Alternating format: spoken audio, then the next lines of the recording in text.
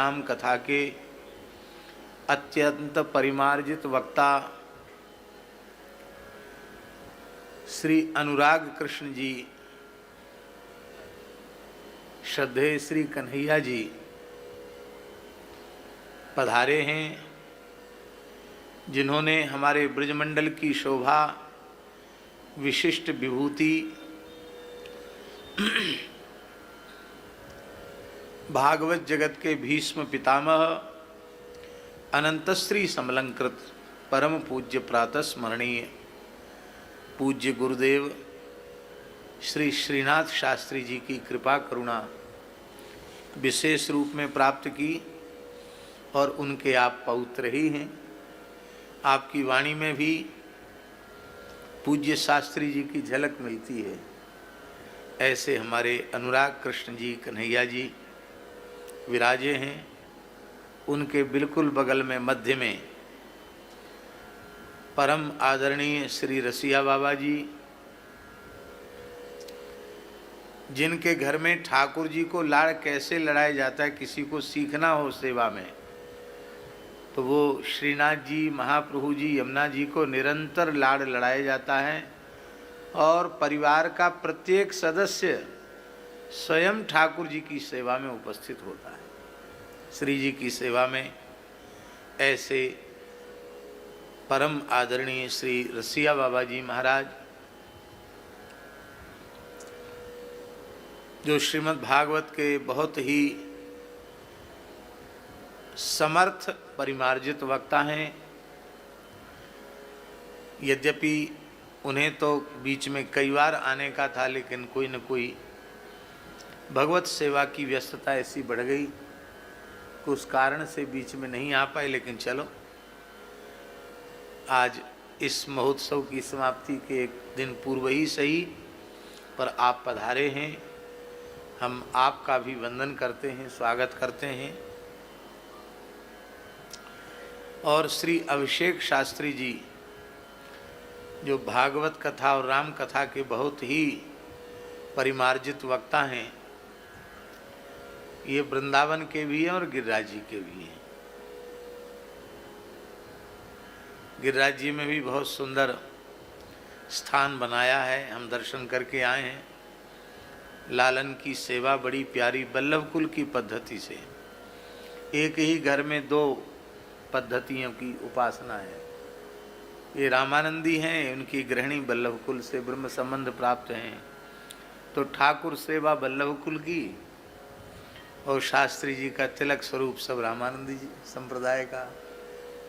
तो ऐसा है, हमारे ब्रज में भी है। हमारे यहाँ जो राधा वल्लभ लाल जी के सामने हवेली है श्री गदाधर भट्ट जी की, वो मूल में तो गौड़ीय परंपरा का स्थान है, लेकिन वहाँ मदन मोहन जी की सेवा बल्लभ कुल की है। कैसे, कोई पूछे कैसे, कि परंपरा से गौड़ीय परंपरा का स्थान है और बल्लभ कुल की सेवा कैसे? उसका कारण यह है कि जो तत्कालीन मदन मोहन जी की हवेली के जो आचार्य चरण हुए, भट्ट जी के वंशावतंश, उनकी गृहिणी बल्लभ कुल से ब्रह्म संबंध प्राप्त थी। इसलिए इसलिए उन्होंने बल्लभ कुल का श्रृंगार, बल्लभ कुल की सेवा वो आरंभ की। और तीसरा प्रभाव पड़ा वहाँ राधा वल्लभ संप्रदाय का, समाज राधा वल्लभ संप्रदाय की है। हाँ, वल्लभ बालकों में उस परिवार से संबंध भी होते हैं। तो यही आनंद है।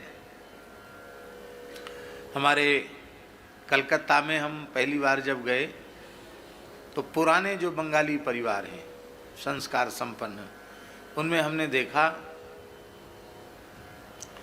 पुरुष वर्ग पहाड़ी बाबा का शिष्य है, तो मातृवर्ग काठिया बाबा का शिष्य है। हर घर में दो संप्रदाय, एक रामानंदी, एक निम्बार्की। अब जहाँ मुख्य जहाँ रुकते थे हम, जहाँ पहाड़ी बाबा की सुमरनी है, वहाँ के मूल ठाकुर राधा गोपाल जी हैं। बोले ये किसके दिए?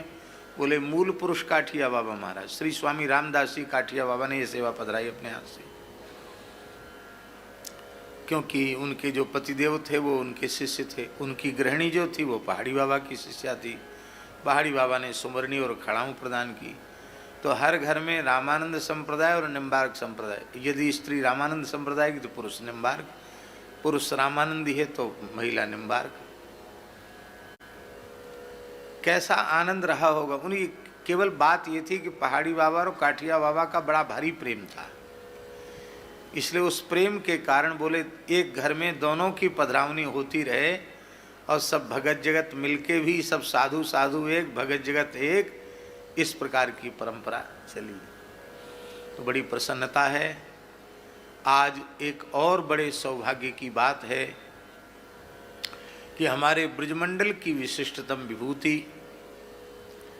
परम पूज्य श्री माताजी गौशाला की स्थापना जिन्होंने की, परम पूज्य श्री मान मंदिर वाले महाराज जी, अनंत श्री समलंकृत पूज्यपाद प्रातः स्मरणीय श्री रमेश बाबा जी,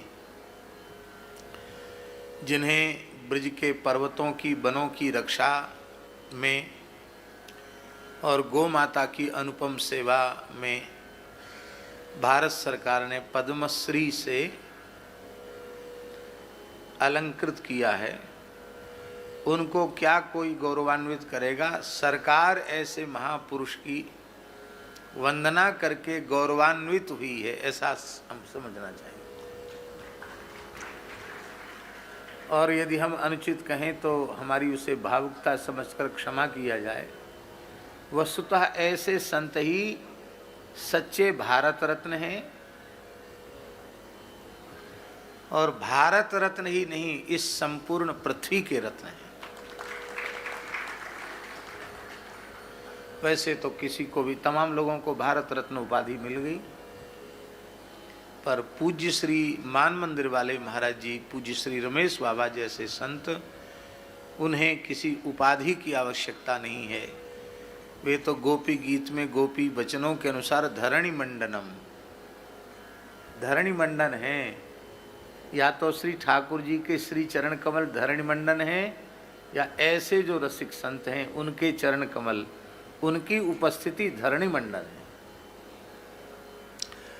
आज हम बरसाना गए थे और श्री जी का दर्शन हुआ, और बाबा ने एक बड़ी विलक्षण बात कही। बाबा बोले जब याद करते हैं तभी दर्शन हो जाता है। हम क्या चीज़ हैं जो हमारी याद वो करेंगे, पर उनका वात्सल्य ऐसा है, बोले जब याद करते हैं तभी दर्शन हो जाता है। और वैसे बाबा अपनी मस्ती में डूबे रहते हैं। निकट वाले बता रहे थे कई बार हम लोगों को भी भूल जाते हैं कि हम लोग क्या नाम है, क्या सब भूल जाते हैं। लेकिन बोले जिनको वे कभी नहीं भूलते उनमें आप हैं।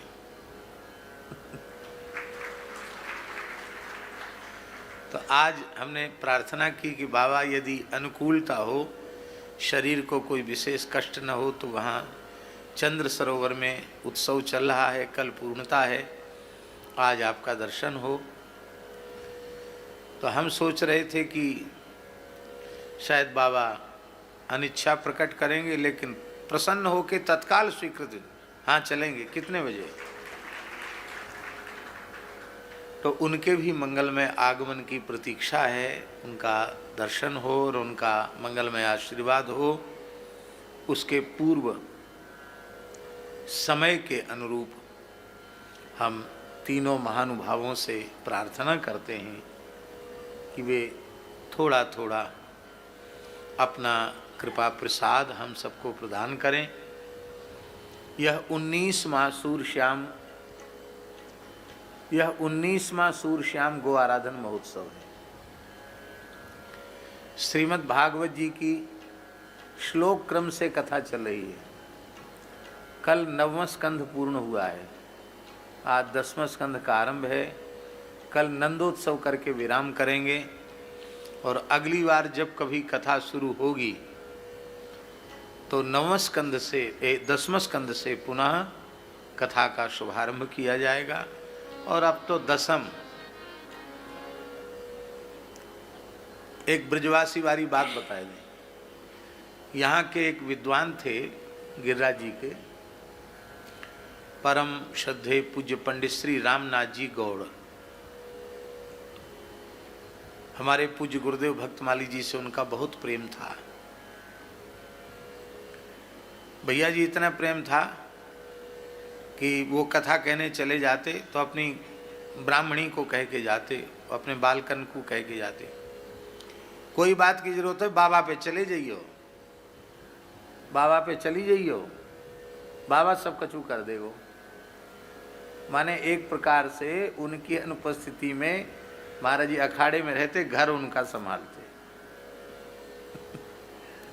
ऐसा इतना प्रेम था। ब्रजवासियों का प्रेम निश्चल निष्कपट होता भी है। कोई समस्या हो बाबा पे चले जाओ। तो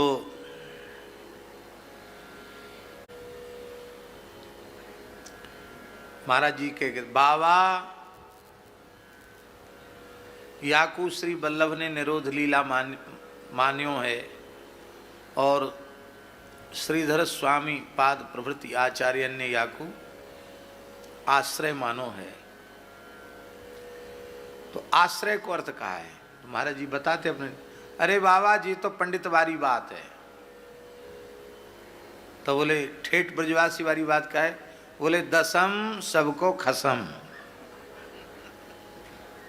तो महाराज जी कहते पंडित रामनाथ गौड़ जी की पंक्ति है, दसम सबको खसम। दसम नाए तो कछु नाए भागवत में, कहा धर्यो भागवत में, ऐसे बोलते। दसम निकास दो तो कहा धर्यो भागवत में, कछु नाए भागवत में, दसम सबको खसम।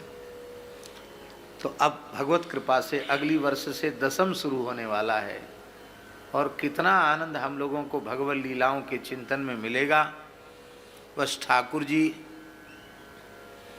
वक्ता और श्रोता दोनों को, आप सबको ऐसी सामर्थ्य प्रदान करें कि हम सुदीर्घ काल तक कहते रहें और आप सब सुनते रहें। रश्मि भाई जी को 19 वर्ष तो हो गए मनोरथी बनते बनते, अभी भागवत जी पूरी करनी। तो श्री ठाकुर जी आयुष्य प्रदान करेंगे। इन्हीं शब्दों के साथ हम बाबा से प्रार्थना करते हैं कि बाबा अपना वक्तव्य प्रदान करें।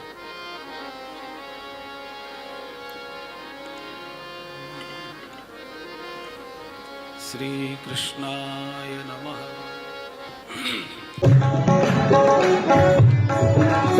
किशोरी